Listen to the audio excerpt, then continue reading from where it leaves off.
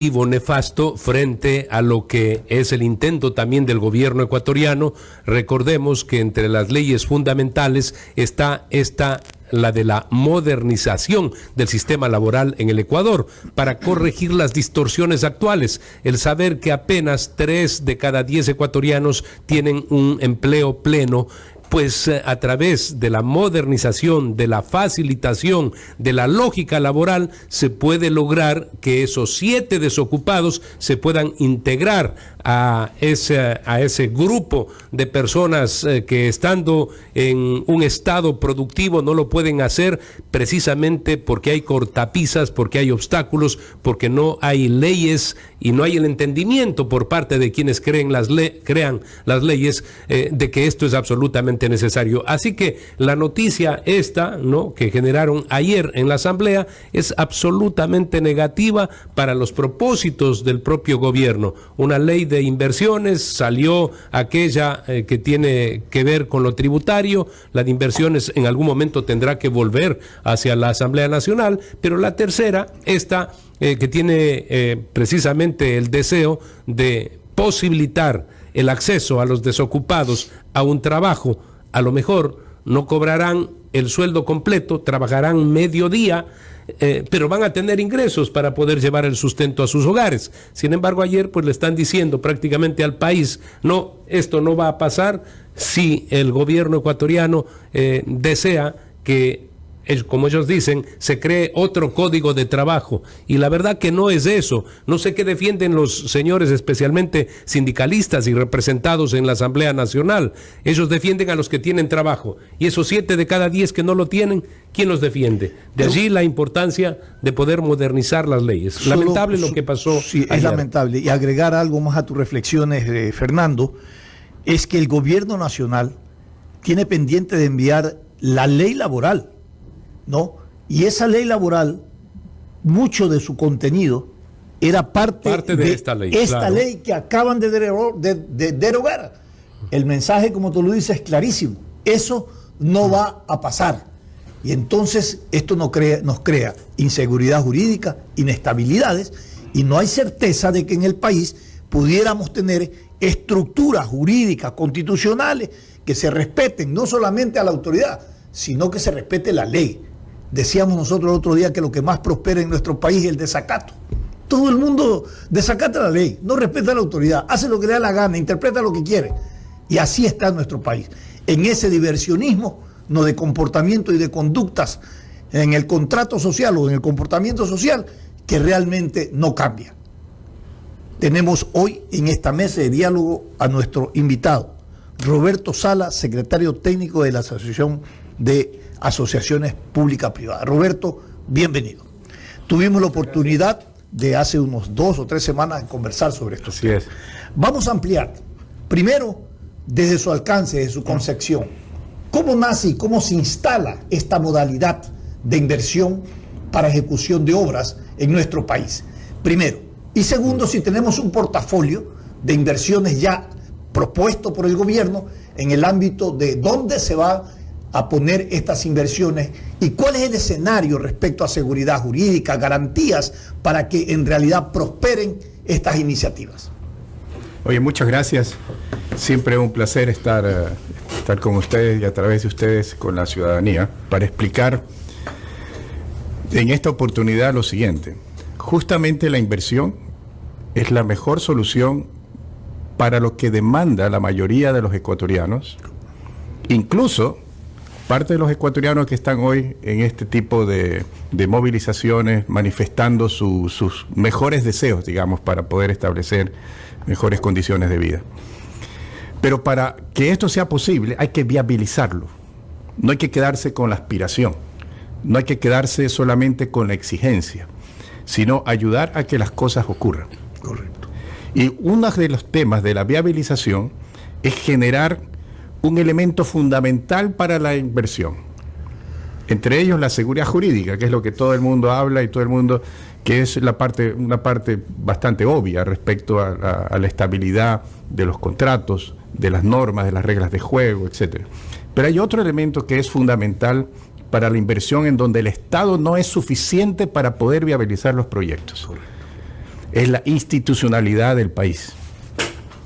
Las asociaciones públicas privadas, para aterrizar en el área chica de esta parte de la inversión pública que se hace con la participación privada, y no se hace con la participación privada porque el Estado así se lo imaginó, sino porque el Estado es consciente y debe ser consciente, al menos este gobierno lo está, de que hay proyectos que por su gran envergadura, por sus grandes niveles de riesgos y necesidades de capital, el gobierno es insuficiente y necesita complementarse con otros actores, en donde el sector privado es fundamental en ese rol. Y cuando hablo sector privado, no me refiero exclusivamente al tema de las empresas privadas, locales o internacionales, sino también a la sociedad civil. No hay proyectos de inversión de gran envergadura, de gran impacto, de impactos económicos, impactos sociales, impactos ambientales, que se pueden hacer sin la concurrencia también de este sector, este sector del Estado, que es la sociedad civil, para poder ser no solamente un agente de definición de aspiraciones, definición de cómo se hacen las cosas, de definición de expectativas, sino también que tengan un rol en su diseño, en su implementación y luego en la ejecución de estos proyectos. De tal manera de que es fundamental la unión entre todos los ecuatorianos para transformar el país en las grandes cosas que todos estamos buscando.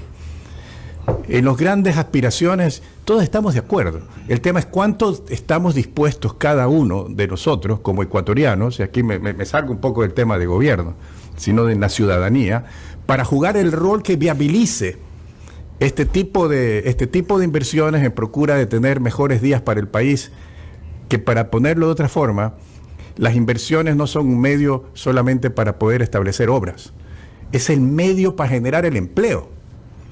Y sobre todo, es el medio para que las aspiraciones familiares de la gente sean cumplidas. Pero entonces, yo suscribo esta última parte de la ciudadanía. Y lo replanteo de la otra manera, del otro lado de la vereda. Y digo, ¿cómo ciudadanizar la comprensión, entendimiento y beneficio que esta alianza pública-privada genera en la ciudadanía en términos general? Porque lo que pareciera ser es que es una opción de inversión elitaria, que no se masifica, que no tiene conocimiento, que pareciera ser, como tú lo explicas, que este es el camino para la inversión, para absorción de empleo, para impuestos, para inversión, para todo. Pero pareciera ser que se queda en ese ámbito solamente, cuando esas inversiones van a generar empleo, porque si tú desarrollas una inversión de 5.000, 7.000 millones en una infraestructura, vas a dar trabajo, todas las cadenas productivas se van a activar. Pero entonces, ¿cómo ciudadanizamos estos procesos? Yo creo que la forma de hacerlo, y es algo que se ha venido emprendiendo desde hace, por lo menos en el caso de la Secretaría, lo hemos venido promoviendo en cada uno de los proyectos y cuando lanzamos el portafolio de inversión. El primer portafolio de proyectos públicos que requieren la participación del sector privado salió en el mes de noviembre, con alrededor de 50 proyectos por una suma un poquito más de 30.000 millones de dólares entre inversiones y gastos operacionales involucrados en esa inversión, en esos proyectos. Ahora sacamos el segundo portafolio, que es un poco más alto, porque se incorporaron proyectos que en noviembre no estaban listos para merecer estar en un portafolio. Porque un portafolio, además de tener una identificación de oportunidades, tiene que tener un sustento técnico de información suficientemente claro para que un inversionista lo tome en serio. Claro. Y no solamente el inversionista, el constructor o el operador, sino también el que va a financiarlo. Esos son los estudios que hay que hacer. Exactamente, al menos los estudios preliminares, digamos, los estudios básicos, en los cuales tú tienes que tener una buena base de información sobre cómo esta inversión genera valor en la parte económica, cómo genera valor en la parte social, para que la justifique en su impacto social como una de las prioridades. Y además para la el garantía país. del retorno de la inversión, pues, ¿no? Exactamente. Es fundamental. Cada proyecto, cuando se comienza a establecer esos estudios, donde el impacto social, que ahí se empieza a establecer el tema de la ciudadanización que perfecto. menciona, es fundamental para luego, cuando esto va tomando cuerpo, se va estableciendo temas de diálogos, de expectativas, de preocupaciones, de inquietudes respecto a las poblaciones, sobre todo que están más cercanas o que son más directas o indirectamente impactadas en este tipo de proyectos. Eso es uno de los temas que hoy está en estos proyectos de inversión como un estándar, digamos, ¿no?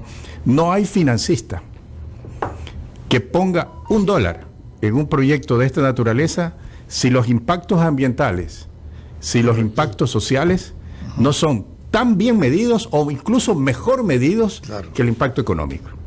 Interesante. Porque al final del día, al financista lo que le preocupa es que los riesgos que el proyecto genera, ya sean riesgos de impactos positivos o negativos, normalmente la palabra riesgo está asociada al tema negativo, pero no es así.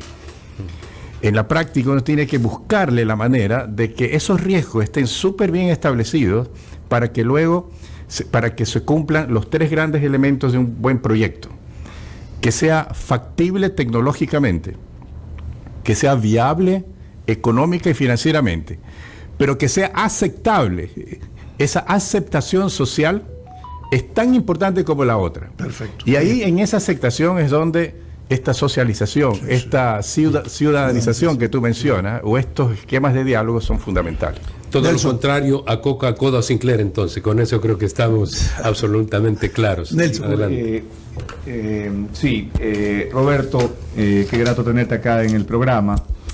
Quería primeramente enfatizar algo que tú acabas de comentar, ¿no? La importancia de generar inversión extranjera versus el esquema que hemos tenido en los últimos años de generar más deuda, ¿no? Que hay que pagarla, versus la inversión que es justamente el capital que viene bajo el riesgo del que está trayéndolo para hacer un negocio que usualmente tenga además efectos beneficiosos para los usuarios, los clientes, los habitantes. Dicho esto, justamente otro reto que tiene esta Secretaría Técnica que está a tu cargo es encontrar proyectos que maximicen, ¿no?, el beneficio a la ciudadanía, y ahí quiero traer a colación este proyecto que es, creo ya, un criterio general que es importante para el Ecuador, que es el Viaducto Sur, que incluye el llamado Quinto Puente, y que es una solución vial integral que tendría una serie de beneficios desde el punto de vista de los costos de transportación, tiempos de transportación, baja de la contaminación ambiental, lograr que Guayaquil también tenga menos carga de tráfico por todo eso que se genera a través del puerto. En fin, hay una serie de ventajas.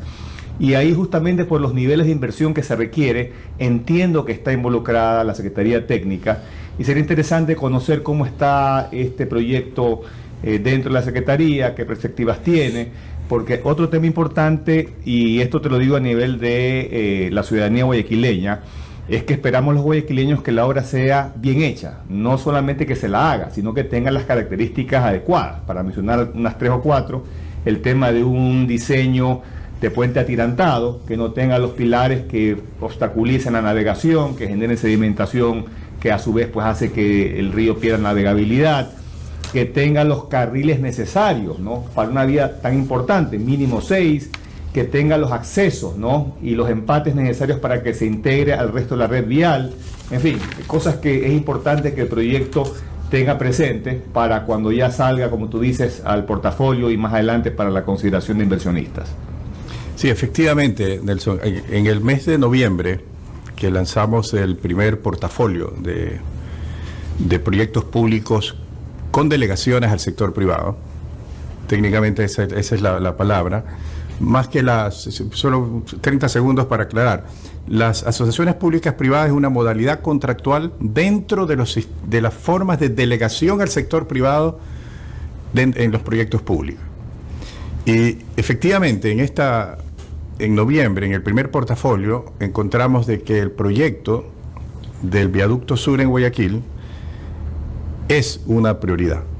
y el gobierno lo ha tomado así. El mismo presidente lo ha tomado con toda la seriedad y el impulso necesario de un liderazgo como el que tiene el presidente Lasso en esto. De tal forma de que al estar dentro de este portafolio nos involucra directamente a esta secretaría, que es una secretaría nueva, pero a su vez muy técnica, y hemos podido tener en las pocas personas que tenemos un equipo muy potente en los temas no solamente del manejo de los estudios financieros, económicos, ambientales, sociales, sino también hemos podido establecer un buen dominio de los esquemas regulatorios, no solamente del Ecuador, que es muy importante para nosotros para poder guiar a los inversionistas, sino también tomar las mejores versiones de los países que han tenido más éxito en la parte para que en la parte regulatoria poder darle al Ecuador una competitividad de seguridad jurídica. Una especie de benchmarking ahí en ese tema. O sea, eso fue una de las primeras cosas que hicimos y hemos encontrado una apertura muy grande, no solamente de las otras agencias o secretarías que hacen delegaciones con sector privado, en el caso de Colombia, el caso de Perú, el caso de Chile, sino también en la banca multilateral, el Banco Mundial, el Banco Interamericano de Desarrollo, la Corporación Andina de Fomento. De tal forma que eso nos ha dado una capacidad de que en poco tiempo poder tener una base para apoyar proyectos como el Viaducto Sur. El Viaducto Sur tiene hoy en día, luego de lo que ha pasado históricamente, tiene 3 temas distintos o nuevos que permitirían tener un éxito muy importante en su siguiente versión. Porque debo aclarar que el Viaducto Sur, si bien es un proyecto que un proceso se archivó, el último proceso de un concurso de iniciativas privadas. Que preocupó mucho a la ciudadanía porque... Y con toda la razón. Claro, de que eso y es estaba súper comprensible. Sin atención, ¿no? Es súper comprensible porque obviamente es un tiempo alrededor de... Eso comenzó por julio del año pasado y obviamente llegó a abril, mayo y no tuvo éxito. Entonces aquí lo que hay que pensar es, bueno, ¿qué cosas distintas vamos a hacer para que en este impulso que vamos a promover, lo que estamos promoviendo, tenga éxito y que sea una buena noticia? Y en ese sentido hay 3 elementos, como mencionaba. El primero es la incorporación de un actor nuevo que empezó en noviembre y que hemos tenido 6 meses bastante dinámicos, con mucho foco en apoyar al ministerio, a los municipios, a los técnicos, a las multilaterales, para poder establecer un esquema de actores muy participativo y muy inclusivo, que permita establecer un proyecto que decante en unas bases de una nueva licitación que sean suficientemente serias, convincentes y seguras para atraer oferentes en el siguiente concurso. Eso por un lado. Segundo, hemos establecido la necesidad de incorporar una banca multilateral que nos ayude a generar con los mejores expertos locales e internacionales la actualización primero, porque hay muchos estudios realizados desde el año 2009 y estudios buenos, que hay que actualizarlos a lo que hay que hacer ahora y sobre todo con una proyección de lo que necesita esta infraestructura hacia los próximos 75 años o 100 años para hacerlo bien. Correcto. Desde el punto de vista de lo que se necesita en el tema técnico, lo que se necesita en el tema de tráfico, para poder establecer y confirmar cómo es la mejor opción de darle la eficiencia al puente, no solamente en los primeros 5 años, sino también en sus últimos 15 años. Y a través de eso, establecer un equipo inclusivo de instituciones en las cuales todos estamos invitados para poder establecer la mejor forma de estructurar un proyecto tan importante en el menor tiempo posible y poder, junto con el gobierno central, en este caso el ministerio, que es el organismo rector, y los municipios, sin lugar a duda, que son actores fundamentales. Esto no se podría hacer sin los municipios, ni tampoco sin el gobierno central. Tenemos que, sin tampoco con la sociedad civil, sin tampoco con los grandes técnicos que tiene el Ecuador en este sentido y que ya han aportado y que pueden aportar en el futuro. para poder establecer, como decía, relativamente poco tiempo, una propuesta al mundo de una licitación internacional robusta que permita ser lo suficientemente atractiva para tener oferentes de primera calidad. Es indudable que se trata de una obra de magnitudes, una obra que, si bien es cierto se radica aquí en la ciudad de Guayaquil, pero tiene en el contexto nacional un aprovechamiento en todos los sentidos, en todos los ámbitos. Estamos hablando de que el momento que esto esté listo y que esté en funcionamiento, pues el ahorro, ¿no? El ahorro en el tiempo, la eficiencia en la dinámica esta de la movilidad. Estamos hablando de un puerto tan importante como sigue siendo el puerto de Guayaquil, pero tiene que haber una insistencia en el ámbito ciudadano de que ese sentido de pertenencia de las grandes obras tiene que darse a partir de que debemos crear grandes objetivos para el país. Estos grandes objetivos que son inamovibles e inalterables. Esos son los temores en el Ecuador. Para poner un solo ejemplo, al igual que en el Ecuador hoy, Perú vive, por ejemplo, permanentes problemas de carácter político. Hoy mismo con el presidente Pedro Castillo, anteriormente con el presidente Martín Vizcarra y antes con Pedro Pablo Kuczynski. En 5 años, 5 presidentes. Todos están prácticamente con orden de prisión o presos. Sacaron la Corte Suprema de Justicia, echaron a la casa al Congreso Nacional, lo hizo Martín Vizcarra, hubo nuevas elecciones, nuevo Congreso. Es una crisis terrible. Sin embargo, debo decir que en ese país hay institucionalidad.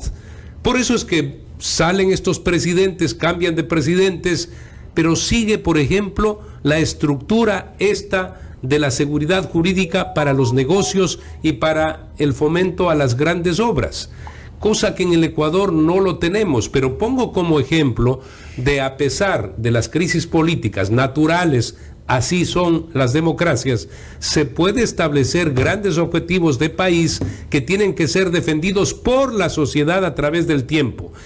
Llegue gobierno de la naturaleza que fuere, y eso lo ha vivido Perú, que ha ido desde la izquierda a la derecha, y no se ha alterado ese gran propósito. El Ecuador no ha vivido esto, muy por el contrario, hemos tenido la ausencia de políticas de Estado, y tenemos que ver cómo ahora se fomenta la creación de sus grandes objetivos. Puede ser la gran bandera de esto, esta primera obra del portafolio, que es este quinto puente, que digo, hay que entender primero que es de beneficio para todo el Ecuador. Sí. Porque en cualquier momento empiezan a decir, no, esa obra es para Guayaquil y para los municipios que están alrededor, y el Estado no puede, a través del Ministerio de Obras Públicas, ¿no?, de lleno entrar a esto. Definitivamente va a estar el Ministerio de Obras Públicas, pero sabiendo de su seriedad, sus conocimientos, toda su experiencia, se puede llevar adelante esto, pero desde el inicio hay que respetar y volverlo como se ha planteado, ¿no? Sabiendo que es factible, viable, pero por sobre todo aceptable por la nación toda. En eso hay que trabajar, por favor. Sí, sin lugar a dudas, Fernando. Yo creo que hay un tema importante en la capacidad que debe tener el gobierno en este sentido, de poder generar esta confianza de que estos proyectos se puedan ir transformando entre iniciativas en proyectos estructurados, estos en procesos licitatorios, estos en contratos en obras, y obras en empleo y mejora de servicio. Lo que también es importante reconocer de que uno de los enemigos de estos procesos muchas veces es el inmediatismo. Porque cuando se genera una presión basada en este elemento que acabo de mencionar, se destruye la calidad que se espera de los proyectos. Cuando una obra de este tipo, ya sea hecha con capital extranjero o capital nacional, eso no importa. Los contratos que rigen estos proyectos por cantidad de años importantes tienen que ser lo suficientemente robustos para poder mantener una sostenibilidad de la eficiencia del servicio que estos proyectos brindan. Y eso depende mucho de la calidad previa con los cuales se hicieron esos contratos, de los estudios con los cuales se hicieron esos contratos. Por lo tanto, es importante reconocer de que en este esquema de proyectos, llegar a una licitación requieren muchas veces entre 12 meses y proyectos de mayor riesgo y de mayor complejidad hasta 2 o 3 años. Y algunos incluso un poco más, que es lo que dice la técnica, digamos, en este tipo de estudios. Nosotros estamos basados obviamente en un esquema de ganar eficiencia y hacer las cosas un poco más rápido, pero sin afectar la calidad de estos proyectos, porque al final del día lo que queremos son obras que se sostengan en el tiempo y no problemas o escándalos, como uno de ellos usted lo acaba de mencionar, Fernando. Sí, ¿no? Está clarísimo, Roberto. Solo para preguntar y cerrar ya esta entrevista, ¿cuál es el más próximo y cercano proyecto que está para ejecutar? Dentro de este portafolio, Sí, hay un sector que no para, ya. porque viene con una inercia, y una inercia muy potente, que incluso en estos días en Canadá, en la ciudad de Toronto, se está confirmando, que es el desarrollo del sector de minería industrializada responsable, legal, en el cual, a pesar de estos inconvenientes de corto plazo, de coyuntura, confiando positivamente en que la racionalidad y el diálogo se va a imponer a cualquier otro esquema, se está estableciendo como un esquema que está generando inversiones de alrededor entre 700 a 900 millones de dólares anuales. Qué bueno. Y eso no está parando. Nuestro objetivo, nuestro rol en este caso es apoyar al Ministerio de Minería, acercándonos o recibiendo a las firmas inversionistas mineras para mantener no solamente el entusiasmo, sino el ritmo de estas inversiones, y que no se nos pare, digamos, porque es importante sostener. El segundo donde hay contratos que están por cerrarse muy pronto, es el tema de energía, sobre todo de energías renovables. Hay 3 proyectos por 400 millones y otros 3 proyectos por 1.800 millones de dólares que están esperando que se firmen estos contratos iniciales para poder estos contratos ser usados en los otros que vienen, ya que son temas nuevos, son temas de contratación más adaptados a los requerimientos de las firmas, sobre todo de financiamiento internacional de proyectos que requieren obviamente cambios. Y estos cambios han tomado más tiempo, pero son temas que están saliendo muy pronto. Hablamos de energía solar y energía eólica. Fundamentalmente exactamente. Y se vienen otros proyectos que son un poco más de tamaño, más importantes, que son las nuevas hidráulicas, sobre todo Cardenillo, que estará por salir el próximo año, está terminando ya su estructuración, y el proyecto Santiago, que viene hacia finales del año 2023, inicios 2024. Por lo que nos explica Roberto, vamos viento en popa. En esos proyectos fundamentales. Yo no quisiera sonar desconectado de una realidad importante. Yo creo que vamos con una altísima convicción inspirada en el liderazgo que nos pone el presidente Lasso. Muy bien. Y eso, a pesar de que no nos aprobaron una ley que nos hubiera hecho el camino más rápido. El de las inversiones. Exactamente. Pero seguimos trabajando, porque se puede archivar un proyecto de ley, pero no la convicción de una política de Estado. Está clarísimo. Muy bien.